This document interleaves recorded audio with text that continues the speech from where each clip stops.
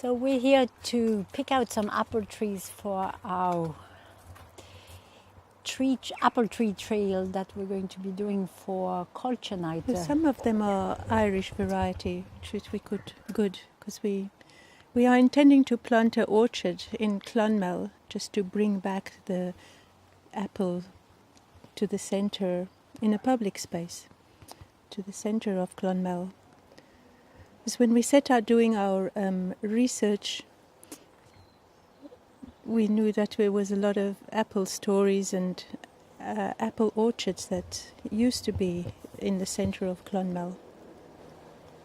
So we thought we went about to hear some of these stories, and we've recorded some. We've met lots of people who were involved with apple production and who had apple trees and who had apple stories to tell us. And all of this was gathered into an exhibition that we have put together for the South Tipperary Arts Centre.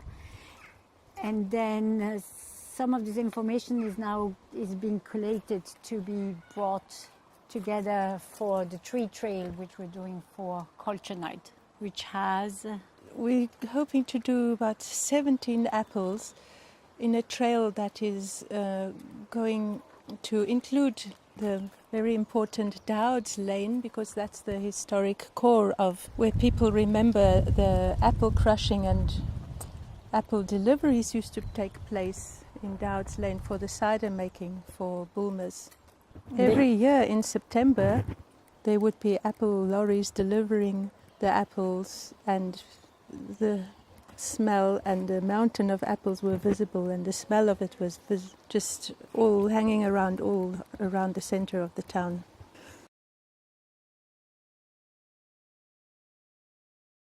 Your apples were all dumped into the yard.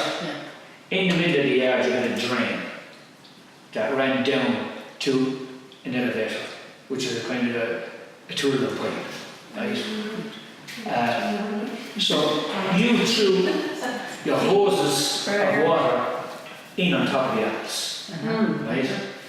You blocked the water from getting out. So what the water done was fill the drain. So the apples ran down the drain. So they run down into a pit. There's a guy pulling them in the pit. And what he's doing is he's bringing in these apples, and at this side he's putting in a few cider apples to keep them well mixed. Right. For the crushing alone, you had 14 men in the yard. You had yourself, myself, it would be 16, and you would have had 2 of that men. You'd have 18 to 20 people on each shift, so because you'd have 3 shifts eventually. And back when the sacks were coming in, you had as much men in the yard. Oh yeah, you would have the same. Back when they were coming in sacks. You could have had 8 to 10, I'd imagine. Instead of 20 on a shift, you'd have 30 or 35. They all loved it. It was always great. It was really family and friendly. Yeah. You know, they were, if something happened, they were on the doorstep, they'd give you what you want, what's happening, you know. To think of the men that look forward to having that money. They work long hours out in the cold frost and everything, just to get money for Christmas for their families.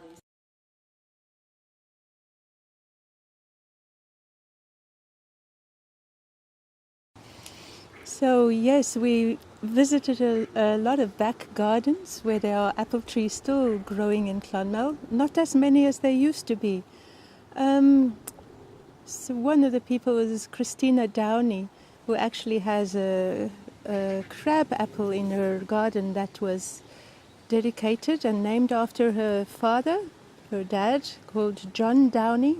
So that the Seed Savers, Irish Seed Savers Association has recorded that as one of the Irish native apples. And in fact, one of those, there is an actual John Downey apple tree here in the garden centre. So all going well, we will purchase this apple tree and it will be part of our trail. Yes. Don't you think? That would be good. And I'm sure Christina would be delighted to see a John Downey tree in amongst other trees, either in the park or in the street of Clonmel. The back garden is reached by walking up 3 steps. As a child it appeared to be large. However, in reality it was not that big. It was, however, full of wonder. Within it was the vegetable garden. Potatoes, carrots, onions, parsnips, French beans and beetroot grew. On its edge, gooseberry and blackcurrant bushes thrived and produced an abundance of fruit annually. These were picked and made into fools and jam. This garden was lovingly tended by Willie Whelan, a kind, wise and talented caretaker of the earth. Everything he touched came to life in that garden. He told us stories about the fairies who lived there. I thought they especially gathered under the wide rhubarb leaves. In the corner of the garden there was what was originally called the paint shed, a wooden structure with a door and 2 openings for windows. There was a place within it that could be described as a fireplace, although I never saw a fire lit. We called it Rose Cottage. We spent hours there in the garden, in the world of make-believe, immersed in play. Making mud pies, we decorated them in spring with apple tree blossoms and with rose petals in summer.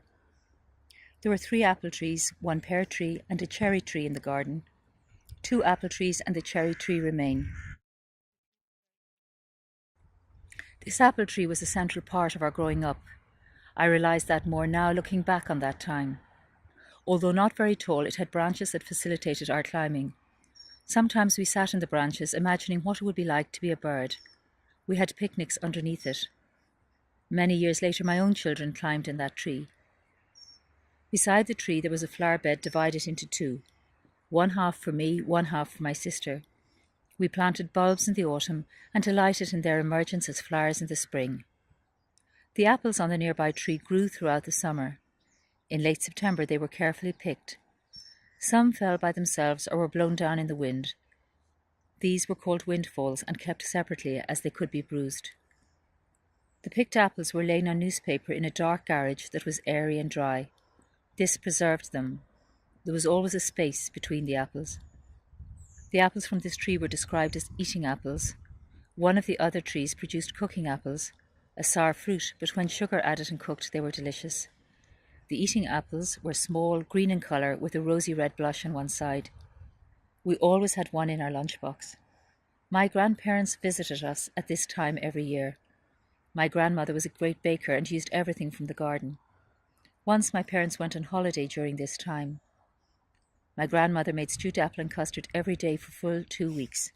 On the last day, my sister cried and asked for a banana. Our dog Benji was a clever, happy mongrel. He loved balls of all kinds and retrieved them from all sorts of places. During the apple season, he would often find one and drop it at our feet to throw it for him. We would do so with much delight. Later, he would lie down and munch it all, including the pips. When we were small, we thought if we swallowed the pips of an apple, a tree might grow in our tummies. Occasionally, we would contemplate whether that could happen to a dog. It was indeed a lovely experience to have grown up with an apple tree as a big part of my childhood. We also decided that it would be quite a nice thing for the popular imagination to create a character, a fictitious character that can represent, be the voice of the apple and represent all the apple trees, apple orchards, and be a kind of an apple orchard lady. So, A wise lady of the apple. a juicy lady. So we came up with Lady Applepip, and she will be accompanying us on the night, on Culture Night, and welcoming people and telling them juicy facts and stories about apples. Do you wonder why children still love to climb the walls of a forbidden garden to rob apples when autumn chills us with the thought of school? Is it for small bitter apples, maybe here a maggot, there a scab, or purely for the excitement of adventure? 6 of us lads from Connolly Park went down the Western Road one evening, robbing apples in Doc Callahan's orchard. We climbed in the wall and were delighted with ourselves, piling up apples. If you ate too many of them, you got a sore belly, and you couldn't take them home, or your mother would be asking where you got them. And you could hardly say you just found a pile of them lying by the side of the road. Next thing, out came Doc Callahan with a shotgun, and he fired it into the air. We got some fright. We couldn't get over the wall quick enough, and when we made it to the road, we ran all the way home in terror, never stopping for a breath till we got back to our own place, as far as we could put ourselves from Doc Callahan and his shotgun. And there was also this whole sport of dudding, which was to effectively hunt for apple trees, climb over walls.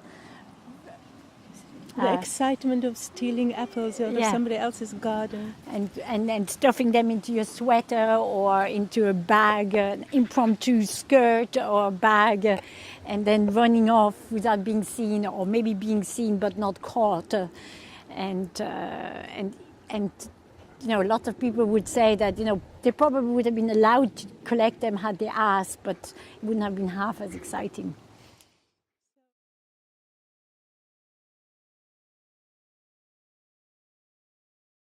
You know, you go to some orchards and there'd be a mixture of the cider apples and the edible, the sweet ones, like, you know. Yeah. And that was you found out where they were, and you knew where to go the next day, like. But yeah, I'd say every kid in Clonmel at that time were as we used to call it, dudding orchards. Like, dudding orchards. Yeah. That's the word. Dudding orchards. Yeah. Yeah, I'd say any kid that told you they didn't dud an orchard was telling lies. Like. Yeah. Sounds like a good sport. Oh, absolutely. It's a challenge, but we had good times, like, you know. Good times. Excellent. Yeah. And then I remember when I was about 12, I was a messenger boy. And the trucks down below and the tractors down below on the quayside, waiting to go into Bulmers. Just be hundreds of tractors and trucks, and they'd be parked up on the waiting to get in and unload the apples. and you'd have a little knife or something, and you'd slit it, and you'd take some apples out of it, like, you'd test which ones were the cider apples and which were the sweet ones first, like, you know. So they were in bags, were they? In big bags, yeah. And some of them then had tractor with trailers, and they were just loosely on them, like, you know. But yeah, there was a lot of them were in bags, and we used to help ourselves, so, like, you know. And what would you say then when you went home? Oh, yeah, you had to explain then where you got them, like, you know. I found them. There was this truck, and we took some out of the thing, and you get scalded for a while, and then she might end up making a tart or something if there were the cooking apples, like, you know, because there was a unbelievable selection, like, you know. And even up the Cashel Road, there was wild orchards grown, you know, where Clonmel Waste is now, the Waste and John, all that was Boreen, and there was apples and plums, and some of them were bitter, and they were just growing along wild along the sides of the road, like, you know, and there was a lot of places like that that had wild orchards, and even in the just late summer, when the blossoms would be growing, you had a horse, and you know, you see them growing wild there, and you'd bring them back the blackberries and that to make jam. The mother would make jam and that. You know, absolutely brilliant times. Like, Clonmel was lucky in that because there was a lot of employment around at the time, like, you know, and even the seasonal work for that employed an awful lot of people down there, like, you know, and good times, as I say, and wonderful memories of Clonmel and apples, you know. There was, when you think back, and as I said, orchards all over the place, and in the 70s, like, the town was just expanding, and even up here now in Glenconner where we are, this was countryside. This was country. You were really out in the there was a few houses, cottages up there, but there was none of the new estates around, like, you know. And this was a great walkway, like, you know, to go on out Patrick's Well. You go up that road there and turn left, and you were down Patrick's Well. But it was all farmland, and there was loads of orchards around, like, you know. Yeah, yeah.